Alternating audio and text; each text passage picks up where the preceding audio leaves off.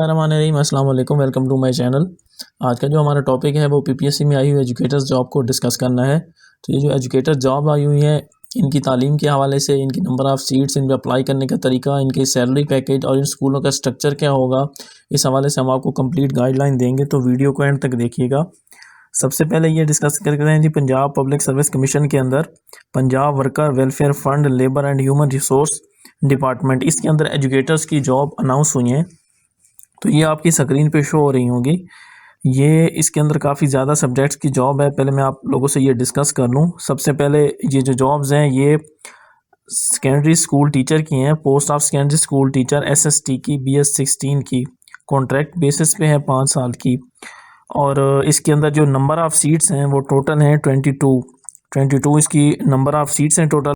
और ये IT teacher की जॉब है, आईटी टीचर की ये जॉब है। और इसके अंदर जो एज लिमिट है वो मेल के अंदर 21 से लेके 35 साल तक है और 21 से 35 साल तक फ़ीमेल के लिए भी है। लेकिन उसके अंदर जो मेल को एज रिलैक्सेशन दी गई है वो 5 साल की है और फीमेल के लिए 8 साल की है। इसके अलावा जो इसके लिए क्वालिफ़िकेशन चाहिए वो MCS या BCS चाहिए। इसके साथ आपका जो है 2 साल का एक्सपीरियंस भी होना चाहिए। और नंबर ऑफ़ वैकेंसीज़ मैंने आपको पहले बता दी है। इसके अंदर टोटल मिनॉरिटी कोटा जो है वो 1 है और जो वुमेन कोटा है वो 10 है। टोटल ओपन मेरिट पे ये 11 हैं। जो दूसरी सीट है वो भी मैं आपसे डिस्कस करता हूँ। दूसरी जो है वो बायो की है। सीट्स चाहिए उनके लिए, टीचर जो रिक्वायर्ड है वो बायो के हैं। इसके लिए जो क्वालिफ़िकेशन चाहिए वो बायोलॉजी MA MSc जो है उसके साथ B.Ed और BS भी होना चाहिए। MSc मतलब आपका जो है वो बायो में होना चाहिए। इसके अलावा इसमें एक्सपीरियंस रिक्वायर्ड नहीं है। जो IT वाली है उसमें 2 साल का आपको एक्सपीरियंस भी रिक्वायर्ड है।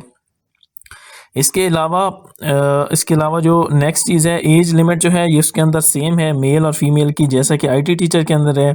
और इसके अलावा इसके लिए जो only those candidate recognised by higher education commission will be accepted. इसके अलावा जो आपकी डिग्रीज़ होनी चाहिए, जो HEC से मंजूर शुदा हो, वो आपकी डिग्रीज़ होनी चाहिए।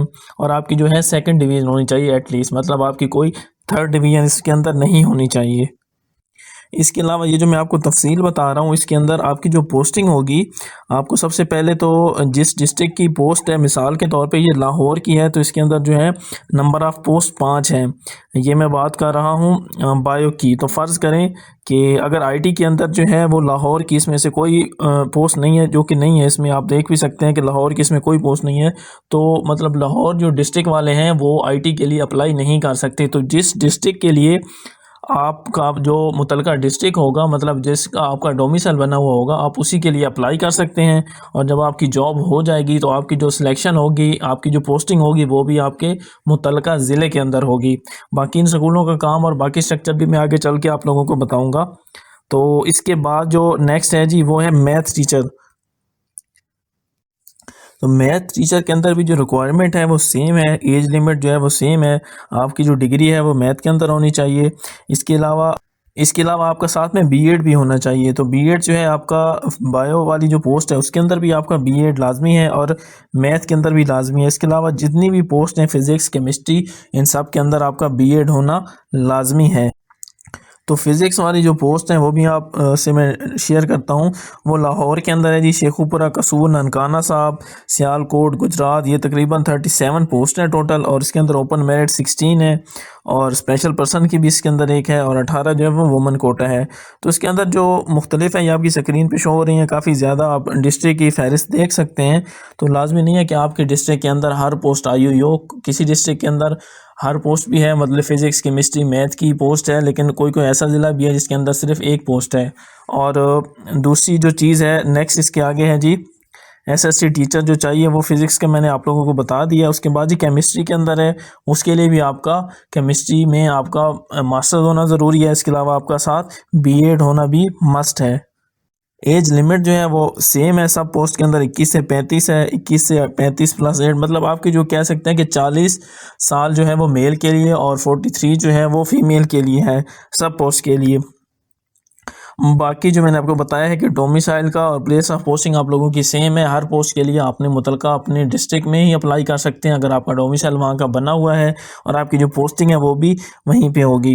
अब सिलेबस के हवाले से बात करते हैं तो सिलेबस जो है वो भी आलमोस्ट इन सब का अपनी डिग्री के हिसाब से सेम है, यानी कि जो भी आपकी डिग्री है आपकी, चाहे मैथ है या आपकी फ़िज़िक्स है, केमिस्ट्री है, आईटी है, जो भी डिग्री है आपकी 80% जो है आपका उस डिग्री में से आप से सवाल पूछे जाएंगे आपके पेपर में। 80% जो क्वेश्चन होंगे वो आपकी जो मुतलका डिग्री है साइंस की या मैथ की उसमें से पूछा जाए। बाकी जो 20% है वो आपका बेसिक जो है जी general knowledge, Pakistan studies, current affair, Urdu, इस तरह के सवालात होंगे। मतलब जैसे लेक्चरर की जो पोस्ट आती है उनके लिए जो सिलेबस होता है ऑलमोस्ट ये वही सिलेबस है, लेकिन ये चूँकि 16 स्केल की पोस्ट है तो इनका जो लेवल होगा पेपर का वो उससे निस्बतन आसान होगा। अच्छा जी, उसके बाद केमिस्ट्री का मैंने आप लोगों को बता दिया है। फ़िज़िक्स के बाद ये जो थे मेन जो सब्जेक्ट्स थे मैंने आप लोगों को बता दिए हैं। इन साइंस सब्जेक्ट्स की भी आई हैं। तो अब आर्ट सब्जेक्ट्स के हवाले से भी पॉसिबिलिटी है कि वो भी जो है आ सकती हैं। अब कितनी आएंगी या किस डिस्ट्रिक्ट में आएंगी तो आप इनसे अंदाज़ा लगा सकते हैं कि साइंस की चाहे हर डिस्ट्रिक्ट के अंदर 1 से 2 वैकेंसी मौजूद है, लेकिन फिर भी अगर आपके आर्ट्स का भी है, आपने किसी सब्जेक्ट में मास्टर किया हुआ है आर्ट्स के अंदर भी, तो आप अपनी तैयारी जारी रखें। इंशाल्लाह आर्ट्स के अंदर भी ये पोस्ट आएंगी जल्दी। दूसरी जो मैंने आपको बताना था कि बीएड और बीए इसके अंदर, सॉरी बीएड जो है इसके अंदर वो मस्ट है। मतलब विदाउट अगर बीएड आप किसी भी पोस्ट में अप्लाई नहीं कर सकते, चाहे आपने उसमें मास्टर किया भी हुआ है तो। और ये केमिस्ट्री की भी लाहौर, शेखुपुरा, कसूर, साहिवाल, मुल्तान, ये भी ऑलमोस्ट सेम है। इसके अलावा एक तो और भी पोस्ट हैं असिस्टेंट डायरेक्टर की हैं, और असिस्टेंट डायरेक्टर एक और है स्टैंडर्ड, और इसके अलावा मैनेजर की पोस्ट हैं, और इसके अलावा assistant engineer, sub divisional officer, SDO की पोस्ट हैं। मैनेजर के लिए भी आपकी जो है मास्टर डिग्री रिक्वायर है इसके अंदर। उसकी जो नंबर ऑफ़ सीट्स हैं वो 2 हैं, तो लेकिन आपका मास्टर डिग्री होना चाहिए पब्लिक एडमिनिस्ट्रेशन में, बिज़नेस में, एडमिनिस्ट्रेशन में या इकोनॉमिक्स में। और इसके लिए जो उन्होंने सिलेबस का क्राइटेरिया दिया है वो 60-40 का दिया है। तो अब बात करते हैं इन स्कूलों के स्ट्रक्चर के हवाले से।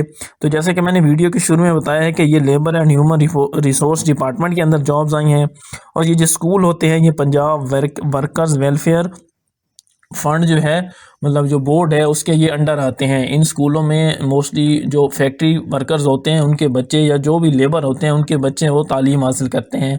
और ये स्कूल जो होते हैं हर डिस्ट्रिक्ट के अंदर कम से कम एक स्कूल ये लाजमी होता है, एक से ज़्यादा भी होते हैं, अक्सर डिस्ट्रिक्ट के अंदर एक से ज़्यादा भी हैं। लेकिन ये अगर आप समझ रहे हैं कि ये आम स्कूल जिस तरह से आपके सिटी के अंदर काफ़ी ज़्यादा स्कूल होंगे, हायर सेकेंडरी स्कूल या सेकेंडरी स्कूल या प्राइमरी स्कूल जो भी आपके सिटी के अंदर हैं आपको पता है उसका, तो ये वाले उसके अंडर बिल्कुल नहीं आते। इनका एक अपना स्ट्रक्चर होता है, इनका अपना क्राइटेरिया होता है। इसके अंदर जो है जो स्टूडेंट होते हैं उनकी स्ट्रेंथ भी इतनी ज़्यादा नहीं होती, और ये हर डिस्ट्रिक्ट के अंदर 1 से 2 स्कूल हैं। तो आप इससे ख़ुद अंदाज़ा लगा सकते हैं कि जो डिस्ट्रिक्ट के अंदर 1, 2 या 3 स्कूल हैं, जो 4-5 तक जितने भी हैं, तो उसके अंदर स्टूडेंट की स्ट्रेंथ कितनी होगी या वर्कलोड कितना होगा। तो इसके अंदर ये जॉब जो हैं दूसरे स्कूल की निस्बतन आसान जॉब है। दूसरा अगर बात करें इनकी सैलरी की, तो इनका जो करंट सैलरी पैकेज है वो ऑलमोस्ट 90K प्लस है, मतलब 90,000 प्लस है। 90,000 से भी इनकी जो सैलरी है वो ज़्यादा है। इनको 1-2 जो अलाउंसेस हैं वो भी एक्स्ट्रा मिलते हैं। और बात करें इसके परमानेंट और टेम्परेरी होने की, तो ये जॉब्स जो हैं वो परमानेंट नहीं है, ये कॉन्ट्रैक्ट पे जॉब्स हैं जैसे कि लिखा हुआ है। और अभी तक जो इनका स्ट्रक्चर है वो भी इस तरफ नहीं गया कि इनकी कोई पेंशन वगैरह या इस तरह की परमानेंट हो जाएंगी पोस्ट। अभी तक इनका जो स्ट्रक्चर है वो कॉन्ट्रैक्ट पे है। हाँ, लेकिन ये है कि इनका जो सैलरी पैकेज है वो बहुत अच्छा होता है, जैसे मैंने बताया कि 90K प्लस होता है। तो मे भी आपकी जो ज्वाइनिंग है, क्योंकि अभी पोस्ट आई हैं, तो फिर इनकी लास्ट डेट, उसके बाद टेस्ट इंटरव्यू तक मे भी इनका जो है पैकेज में इजाफा भी इससे ज़्यादा भी हो सकता है। तो अगर आपने साइंस सब्जेक्ट में ये किया हुआ है, आपकी डिग्री है, साथ आपका बीएड है, तो आप एजुकेटर जॉब का बिल्कुल वेट ना करें दूसरे स्कूलों के अंदर कि हमारे सिटी के अंदर आएगी या मेरे करीब जो स्कूल है उसके अंदर आएगी। हो सकता है कि ये आपके जो है होम टाउन से ये दूर हो सकती हैं पोस्ट, जैसे कि मैंने पहले बताया कि आपके डिस्ट्रिक्ट के अंदर ये स्कूल भी बहुत मिनिमम तादाद में होते हैं। तो आप इस पर लाजमी अप्लाई करें। इनका सैलरी पैकेज बहुत अच्छा होता है। ये पेंशनेबल तो नहीं है, मतलब इनकी पेंशन वगैरह अभी तक इनका स्ट्रक्चर ऐसा कोई नहीं बना, लेकिन इनका सैलरी पैकेज बहुत अच्छा होता है।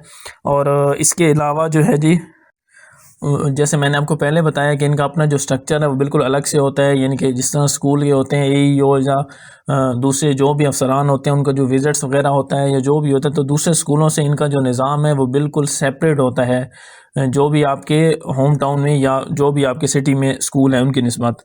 तो इस पर ऑनलाइन अप्लाई करना है आप लोगों ने, PPSC की वेबसाइट पे जाना है आप लोगों ने, और ये आपके सामने जो पोस्ट है वो शो हो रही होगी, आपने उस पर क्लिक कर देना है और उसके बाद आपने अपना जो है ऑनलाइन अप्लाई, जैसे आप PPSC की पोस्ट पे करते हैं ऑनलाइन अप्लाई के हवाले से भी अगर आपको कोई क्वेश्चन हो, इस पोस्ट के हवाले से आपका कोई क्वेश्चन हो तो आप कमेंट करके पूछ सकते हैं।